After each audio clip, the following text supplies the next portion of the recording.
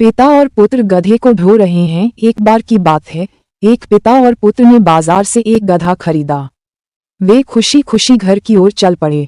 बेटे ने पहले कभी गधे की सवारी नहीं की थी, इसलिए उसने पहला कदम उठाया। पिता गधे को पैदल ले जा रहा था, रास्ते में बातें और हंसी मजाक कर रहा था। वे आधा मील भी नहीं गए थे कि सड़क के किनारे बैसाखी लिए खड़ी एक बुजुर्ग महिला ने उन्हें देख लिया। वह गुस्से से आग बबूला हो गई और अपनी बेत से जमीन पर जोर से धक्का मारा, जिससे जोरदार आवाज आए, ये बच्चा इतना नासमझ कैसे हो सकता है? तुम अपने पिता को गधे को ढोने देते हो और तुम खुद इतने आराम से हो। क्या तुम्हारी माँ ने तुम्हें बड़ों का आदर करना नहीं सिखाया?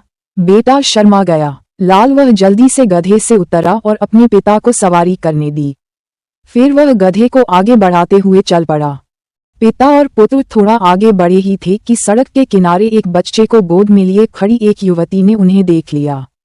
उसने गधे पर बैठे पिता की ओर इशारा किया और कोसा, एक पिता होकर तुम इतने निर्दयी कैसे हो सकते हो?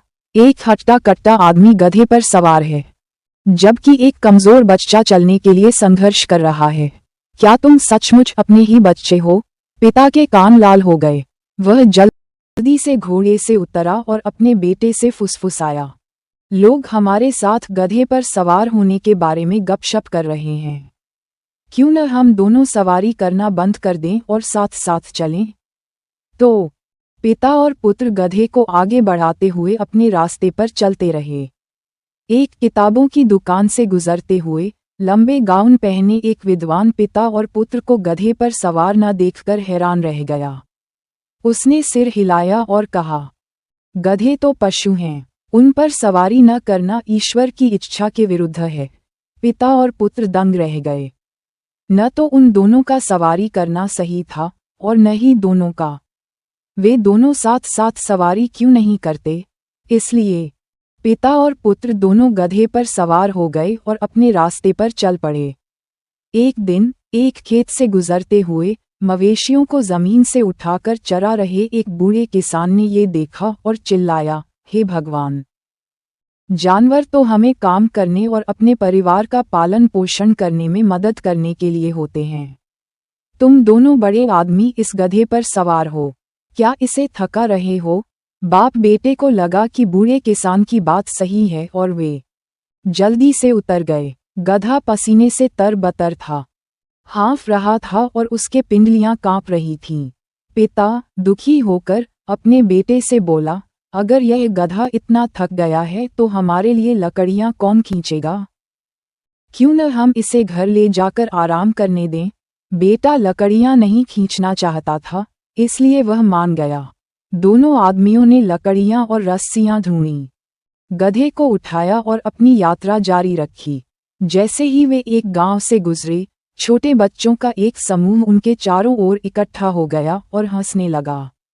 देखो देखो दोनों बेवकूफों, तुम्हारे पास एक गधा है, लेकिन तुम उसे ढो रहे हो।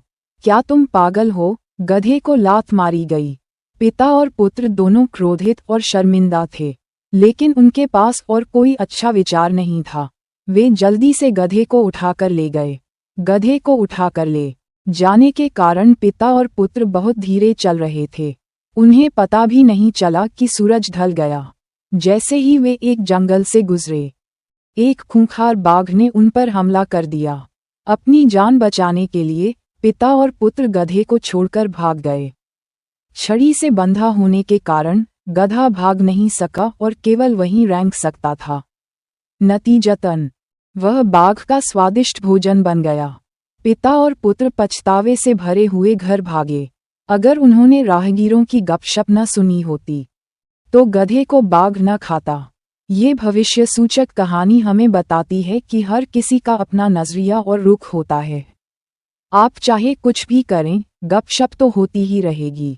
अपनी राय रखना बहुत जरूरी है, वरना आप गपशप से घिरे रहेंगे, खोया हुआ महसूस करेंगे और अपनी अस्मिता खो देंगे। क्या आपने अपने जीवन में कभी गपशप का सामना किया है? क्या आपने कभी इसका सामना किया है? क्या आपने कभी ऐसा अनुभव किया है? अपने विचार कमेंट में ज़रूर बताएं और भी अनोखी एनिमेटेड कहानियों के लिए हमें लाइक और फॉलो करना न भूलें।